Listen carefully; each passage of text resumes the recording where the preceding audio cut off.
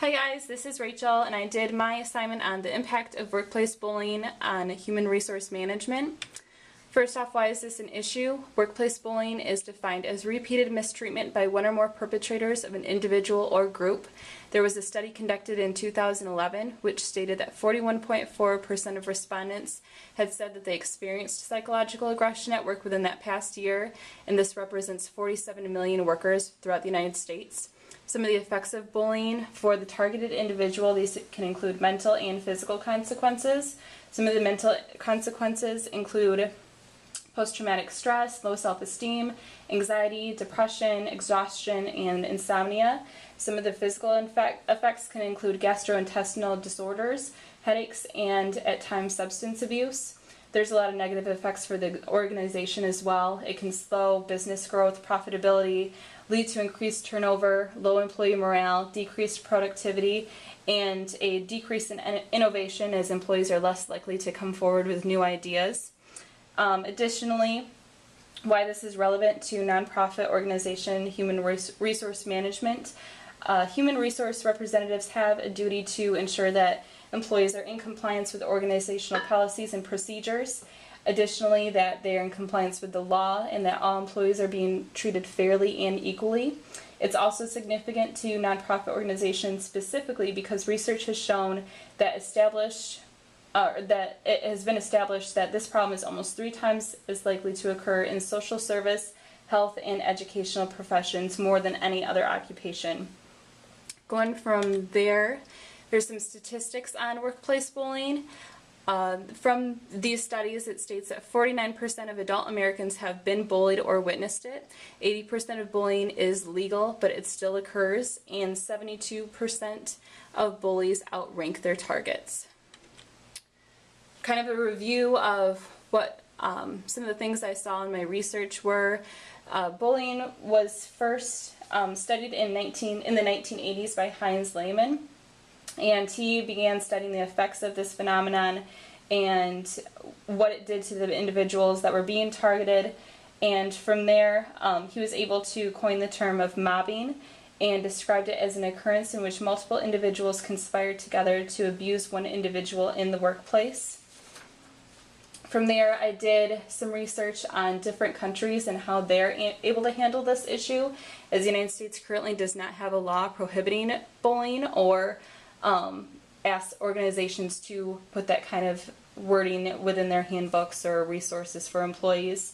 In Denmark, I found that they do an abuse hotline where employees can call in anonymously and report abuse, have it taken care of from there. In severe cases, they'll hire an investigator to come in and inspect the situation, see if they need to get involved, and determine a situation or determine a solution from there. In Finland, they do the Occupational Health and Safety Act, and this states that the employer is obligated to create a plan for bullying and remedy situations as they occur. And at that point, it holds the employer liable for these situations, so they do need to make sure that they get involved and a solution does happen.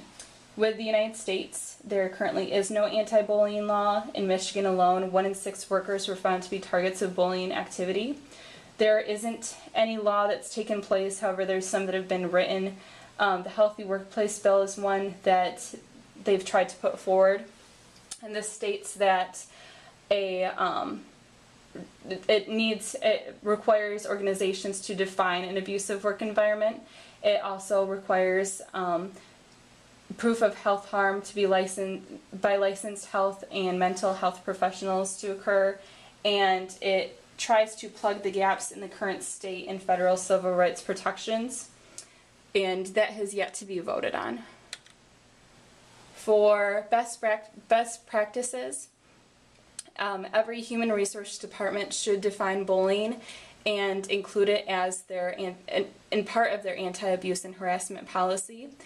Once it's defined, then employees know what to look for, they can spot the signs of it and come to a solution.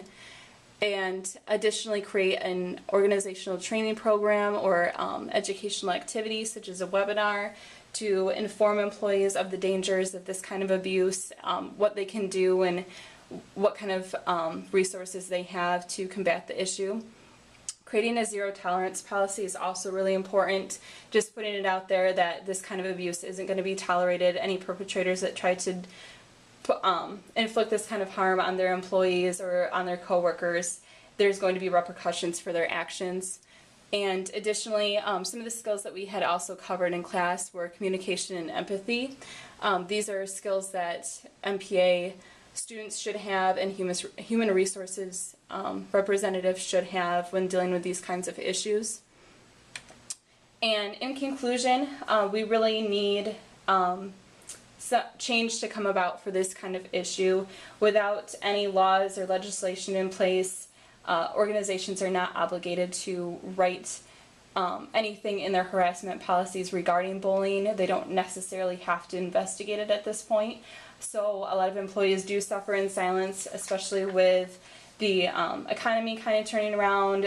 Jobs are difficult to come by and people don't want to risk losing their job for speaking out or facing any repercussions from speaking out, not knowing what's going to happen.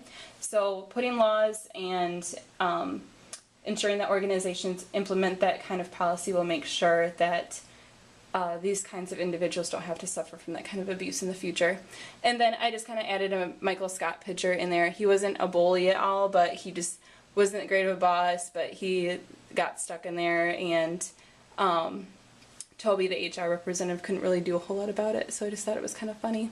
But that's it. That's the end of my presentation, and I hope everybody has a great summer. Thanks. Bye.